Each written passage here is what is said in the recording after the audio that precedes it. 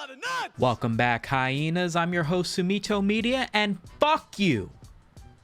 Is it crazy to hear that in the beginning of a video? Most YouTubers wouldn't dare, but little bit of update news. Team YouTube just released a tweet as well as a new video to the YouTube creators channel or whatever it is, stating that starting today, they're updating their profanity monetization policy to better align with updated standards in advertising. Long story short, you can now use strong profanity in the first 7 seconds of a video, and it should now be eligible to earn full ad revenue, meaning you are no longer going to get demonetized for using swear words right at the beginning of a video.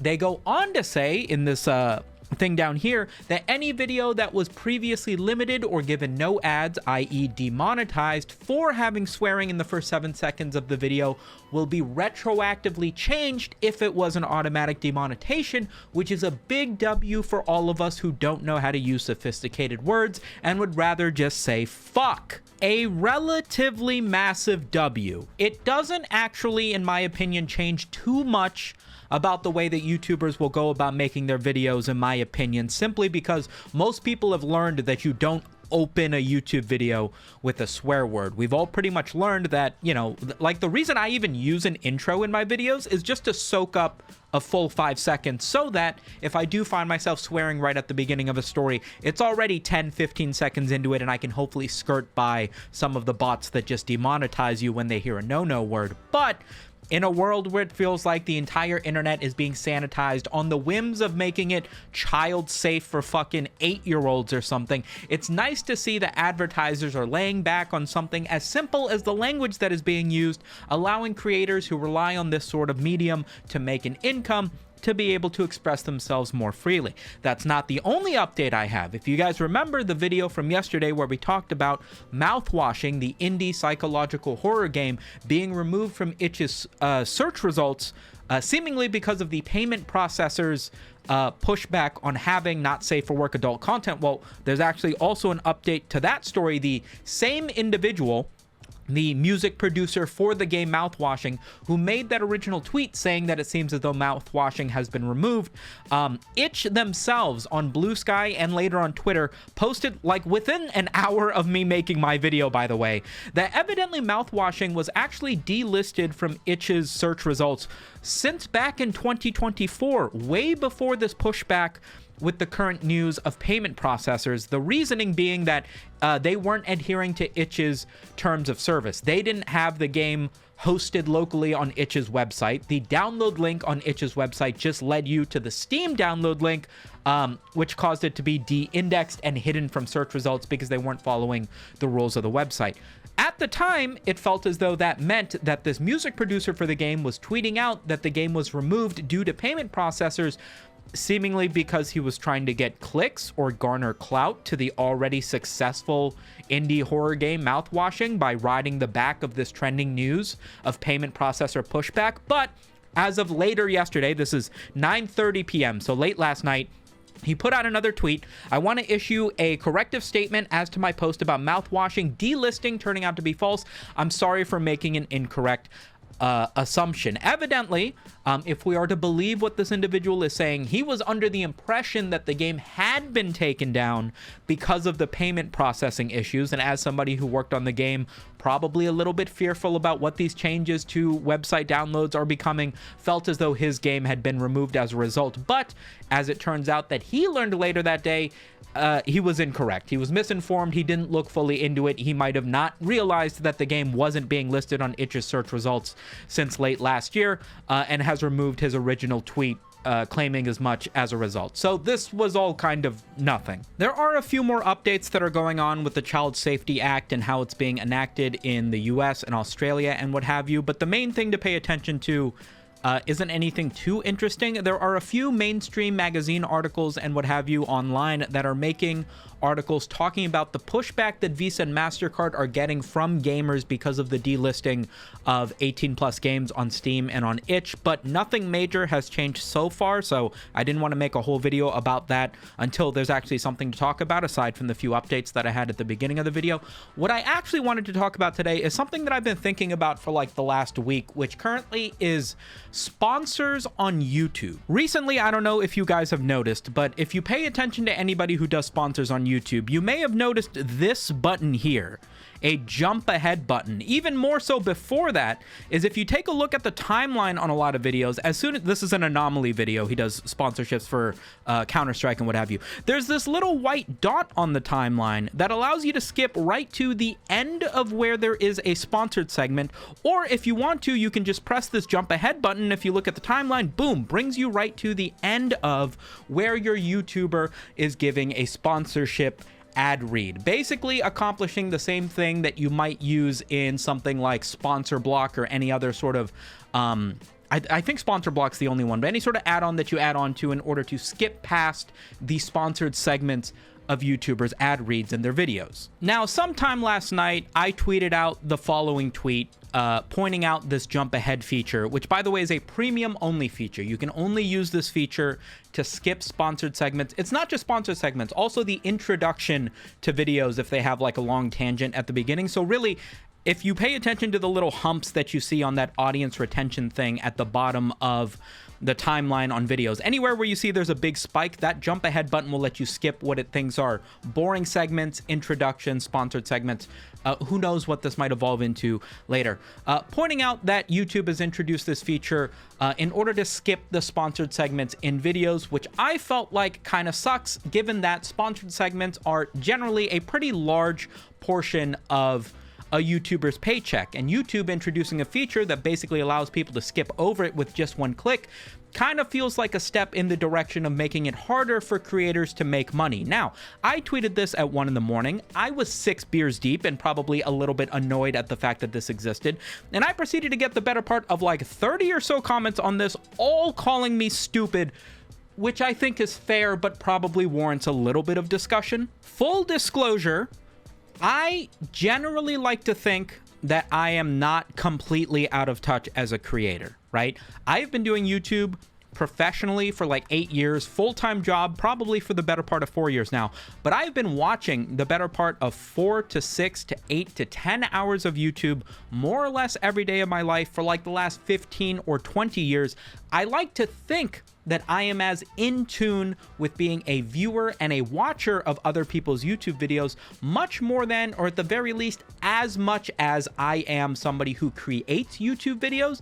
And generally speaking, when it comes to most of the changes that YouTube makes with demonetization, blocking ad blocks, introducing unskippable ads, the porn and sex advertisements and bots that are in the comments, how bad YouTube Rewind has been, and all of those different changes, I've always felt like I have been on the same side as the viewers, as everybody who watches YouTube, doesn't make videos and just uses it as a platform where they watch videos and want that experience to be as good and ad-free as possible. I have always felt like I have been on that side of the community, and this is the first time where I feel like I'm starting to tip over into, wait a second, I don't know if it's that black and white, guys. I feel like it might be a little bit dependent here. I want to just quickly take a second to read through some of the replies here, because I feel like a lot of them do a good job at highlighting the different counterpoints that there are in terms of like having this sort of button to skip sponsored ad reads and what have you. So it's like, I find it extremely useful. I use it all the time, and I use YouTube Premium, so I don't feel bad at all. I agree. It's not like when I see that jump ahead button, I don't click it. I've already been trained where the second that I hear somebody go, hey, today's video is brought to you by, I lift my mouse, I look for the jump ahead button, I click it, and then I go back to watching the video. If I have an issue with it, I'm also part of the problem. The fact that it is already a YouTube Premium feature only means that the only way that you can instantly skip past these sponsors is if you pay the 15 bucks a month or whatever it is for YouTube Premium, and creators get a portion of that based on how much you watch their videos. So in theory, if you end up watching their videos all the way through, or if you have a better experience or watch it for longer because of this button that lets you skip the integrated ad read, well, then they're still making money from the YouTube Premium side of it, so it isn't a complete robbery of YouTubers' income. Fair. Are you pretending like you're willing to sit through ad reads? YouTubers tried to trick me into buying a 1x1 plot of land in Scotland because it would make me a lord, so I don't feel bad about skipping their ad sponsors. Fair. Fair. right? Sponsored ad reads definitely lean into a less regulated form of advertisement versus what you might see on YouTube. It's more, or on TV. So it's more of a gray area. So you end up with more situations like BetterHelp, like established titles, and all the other sponsors, you know, mobile games or what have you, that are not exactly the highest quality Coca-Cola or discount Viagra that you might see alongside your episodes of Family Guy. Fair. It's not like sponsors are an all beneficial, completely positive thing that's never done any wrong. Fair. Do creators lose money if you skip their ad reads? You're still giving them the view on the video, right? And then there's I don't see what the other one is, but it's like, there was another comment that was like, listen, if you're doing the ad read, you've already been paid for it. So like, who cares if I actually buy the product or not? And then there's this one that's like, I get what you're saying, but I'm already paying for YouTube Premium to avoid ads. Why should I feel good about paying to avoid ads and then still having a sponsored ad in the video? Fair.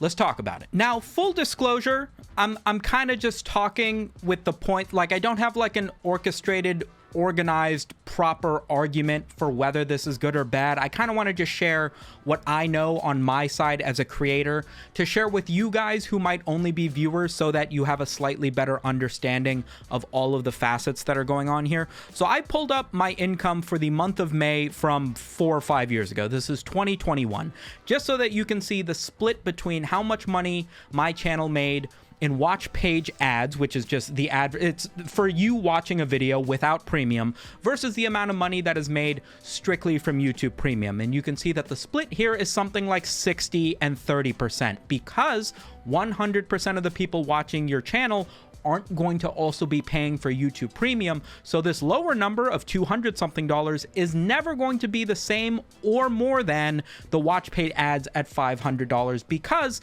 there are always going to be more people who are watching your YouTube videos and seeing an ad versus the people who have gone out of their way, power users basically, who watch enough YouTube to decide, hey, I'm going to pay this extra 15 bucks a month, and part of that going to you as the creator. So if you take a look at the fact that the YouTube Premium is effectively going to replace any money that you make from sponsorships, if people just skip every sponsored segment on YouTube ever, well, you can see that it doesn't exactly make up for the money that you would be making from a sponsor. Now, I can't tell you exactly what I'm paid by sponsors, partially because I'm a little bit scared to, but also because contracts say that you can't. But I can say the industry standard lets most people know that if you're getting about 100,000 views a video, you can expect a sponsor to pay between $2,000 and $3,000, depending on what they are and what kind of channel you are. And you can tell that any channel that is doing like 100,000 views a video, I am not one of them, but you know, just for rough numbers, even if these numbers are like 10 times this, it doesn't necessarily make up for giving up what a sponsor might pay, especially when you consider that that's for one integration for one video. On a channel like mine, where I'm uploading to the best of my ability 2 times a week, that's 7 videos that you get in a month that don't have any sponsors in it, versus 1 video that has a sponsor in it and will probably end up paying more than every video you've made in that month combined. It's a relatively big deal. Consider also that sponsorships make it so that you don't need to worry about the performance of the video necessarily. There are going to be plenty of videos that a YouTuber might make that aren't necessarily in the genre, in the niche, or bigger projects that they might not necessarily be able to take a month or 2 months off to work on, like a big Pokemon Nuzlocke or a no-death hit run in Dark Souls or something. If they're uploading every week and that video is going to take more than a week, well, then you can't necessarily spend the time to do that for fear of that video failing. But if you're guaranteed a sponsor on that video and that sponsor is going to make up for 2-3 weeks of video uploads, well, now you can dump all that time into that one video. Now you can swear in that video. You can afford to hire an editor or a thumbnail designer. You can use copyright music without worrying that you're going to lose out on the 100 or 200 bucks that video might make for 100,000 views, because you're being paid by the sponsor just to have that ad read in. The overall video itself has the potential, not every YouTuber is going to use it this way, but you have the freedom to make that video more than it could have been, because you're getting paid more than you would have, and you don't need to abide by the same guidelines that YouTube might restrict your video to being child friendly or a super hypercut intro or exactly 10 minutes long versus 30 minutes long because people won't watch as long. Like, you don't need to follow as many of YouTube's rules. Sumito, you are out of touch. You are as bad as pirate software, shilling for big corporations. You clearly don't care about the everyman watching YouTube videos. You say this as if to paint that sponsors make YouTube videos a better endeavor for the viewer, when in reality, the videos always end up feeling about the same quality, but now there's a whole 90 seconds to 2 minutes of this stupid YouTuber shilling Raycons or a VPN that I don't care about, and I have to click the right side of my phone screen 8 times to skip past the sponsor. Clearly, it makes my viewing experience worse. In all honesty, I don't have a counter argument to that. You're right.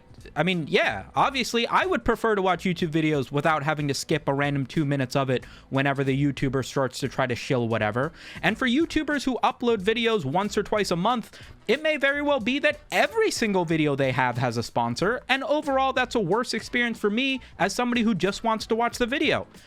Fair. I don't really disagree with you. Also, Sumito, whenever I'm watching a YouTube video, I never sit through the sponsors. 100% of the time, when somebody starts doing an ad read, I click the right side of my screen or skip ahead 2 minutes. I haven't watched a sponsor ever manually. What difference does it make that YouTube implements this button to let me skip past these sponsor segments in 1 click? We're saving 8 clicks on an ad read I wasn't going to watch anyway. What's the harm? I was always under the impression that viewers on YouTube and YouTubers making videos sort of had this handshake agreement that we know YouTube kind of sucks, that they demonetize, ban channels, remove videos from search results at their whimsy, and creators are completely at the mercy of this system and have to play by those rules whether they like it or not.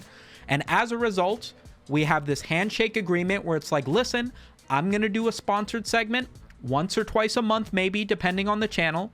They're going to make up for all of the money that I lose just from having to play this stupid cat and mouse game of how many times do I have to re-edit and re-upload this video before Big Daddy YouTube gives me the green check so that I can make my shekels.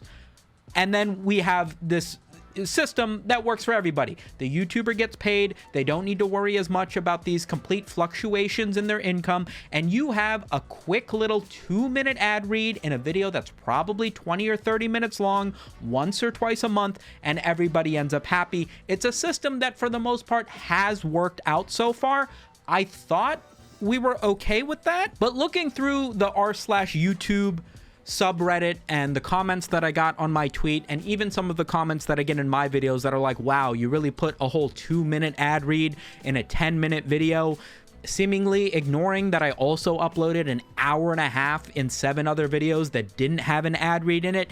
It seems to become more clear to me that people do have a very strong distaste for sponsors on YouTube. Little bit of behind the scenes, gonna be the teeniest bit vulnerable in sharing this with you guys, but I want to show you this email that I got from a sponsor that I've worked with for a while earlier this week.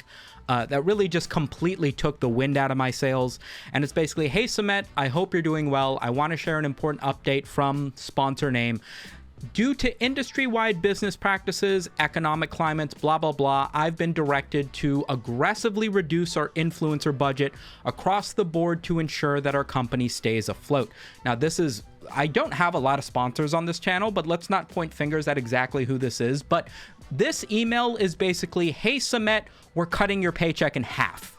You are going to make 40% of the money for the videos that you're making going forward because you're basically not going to have a sponsor through this sponsor that you've worked with for a while. I don't have any other emails to show you, but I do also have sort of like a management company that I work with that sources sponsors for me. And in a meeting that we had last month, they basically told me that they went to VidCon and met with other brand influencer companies and learned that even these big companies that find sponsors for creators are pulling back on working for sponsors because they find that sponsors are just putting less and less money into influencer marketing. And so I also had a call last month that was also, hey, Sumit, thanks for working with us. Let us know if you want to make a book or some sort of product to sell your audience in the future, but we're not going to be looking for sponsors to help you on your YouTube channel anymore. That's no longer a part of our business. So it seems as though, at least from my interaction with the people that I work with in the industry, that everybody is pulling back on influencer marketing and making sponsors a thing that works with YouTubers to make money going forward. And I can't help but feel like a little bit of it is this introduction of YouTube's ability to just skip past sponsors, completely ignoring those integrations, leading to less brand awareness, less people sitting through those sponsors, less conversions, less people buying gamer subs, Helix mattresses, Raycons, and what have you.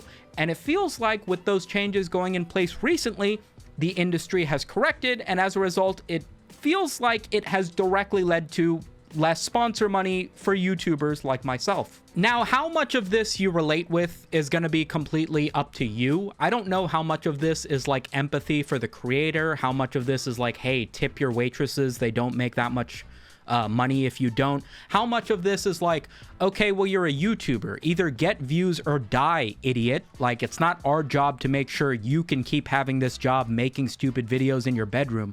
Go get a fucking college degree and work a real job. You're not owed the ability to be paid a living wage for making stupid jokes on the internet and uploading it to YouTube for free. That's probably fair. And like a ton of this is probably just my personal distaste for the fact that it affects me so directly, so immediately. By the way, like, it feels like I got this news of no longer having continuous sponsors on my channel, to the best of my knowledge, for the foreseeable future, alongside everybody celebrating that YouTube has introduced this feature to be able to skip sponsors in YouTube segments. Perhaps it truly is the survival of the fittest, and either you make YouTube videos that are going to get super clickbaity titles and thumbnails, get 1 million views every time you upload, and spend basically no money on it, or you can go fuck yourself, because if you make videos that don't get that sort of viewership, then you don't deserve to be able to make YouTube videos on YouTube and expect to be paid for it. Perhaps that really is just the harsh reality and something I need to accept. I've gotten a lot of comments over this last week that have been along the lines of, Sumito, are we not doing meme videos anymore? Are you not going to do videos where you talk about the funny things that are happening on the internet? Do we no longer get the green screen and the vending machines and these, you know, quote unquote, highly produced videos about memes? Are you just going to yap about internet drama for the rest of your life? The reality is, like, the rest of my life is like another month. We got like another month of me doing these types of videos, and hopefully the community enjoying them as much as they have the last 3 or 4 videos. And I can compensate for some of this loss of income by uploading more videos that are a little bit longer, and hopefully draw in some of that reduced AdSense revenue to make up for it. But if not, I go back to school. I go back to working in a frozen yogurt shop or something, and maybe continue to do this on the side. But the reality is, like, I just want to let you guys know that there is another side to this coin. If YouTube decides that the only way that you're going to be served an ad is going to be through them, whether you pay them the 60% of the ad rate they get or the $15 a month that they get in YouTube Red money, we're going to skip over sponsors. We're going to block all ads from all other sites. The creators on this side of the thing also feel the repercussions of those changes, and making these big decisive changes to things that directly affect the income. This isn't going to affect PewDiePie. Ninja is not going to give a shit. Some Ordinary Gamers is not going to give a shit. Moist Critical is not going to give a shit. These guys make tens of thousands of dollars on YouTube, no matter the changes that they do. This really makes a big difference for people who are closer to my size, that are already kind of teetering on whether or not this could be a full-time income. Realistically, I already wouldn't be here if I wasn't married and had a wife that can pick up a little bit of the slack on the months where some of my videos get demonetized. But for anybody who doesn't have that, or even for myself in just a few months' time, this is a relatively big change that's going to make some drastic changes on some of the creators that you probably watch. Maybe this is just a me problem. Maybe most of the YouTubers who have been uploading for 8 years and have made 500 videos aren't treading water at 160,000 subscribers for the last 24 months. Maybe most people who have put in the work that I have did a better job at it, grew their audience bigger, made an online course or t-shirts or something they could sell, and aren't so close to the death of their channel this far into their career, and I just suck at YouTube. Totally valid. I mean, YouTube's a big place. For all I know, I could be the bottom 1% of YouTube content creators as far as how much money they make and the size of their audience compared to the age of their channel.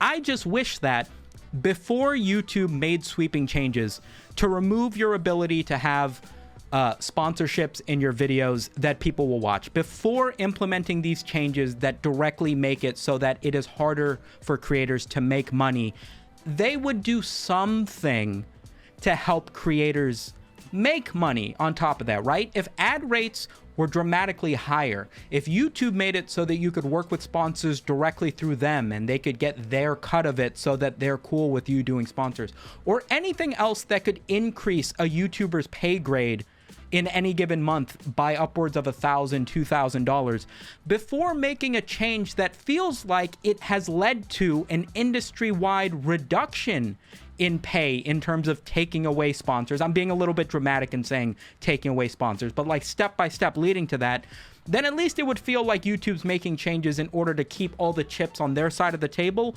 while also still taking care of the people that are making the videos that completely makes up what YouTube is, right? It's not like YouTube themselves are funding their own shows with third-party TV networks and they're going to become the next Netflix or something. They are still practically completely dependent on creators being able to do this full time to make the videos of which they run their ads on.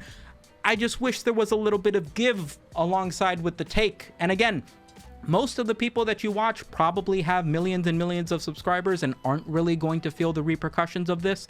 And I don't know how much of that is because they got into the system, established their name, got the audience and everything before these big changes took part, and how much of this is just me sucking at YouTube. But again, just wanted to share my side of the coin so that you can be a little bit better informed. That's all I can really hope for. Somber note to end on, I know, but not every video can have a happy ending. And hey, if I upload a video tomorrow, that's the best ending we got. If I'm still here and you're still watching, that's as much as we can hope for. And then we'll take it day by day, yeah? Thank you for making it to the end. Subscribe, it helps the channel a ton. I'll catch you guys in the next one. Spisu.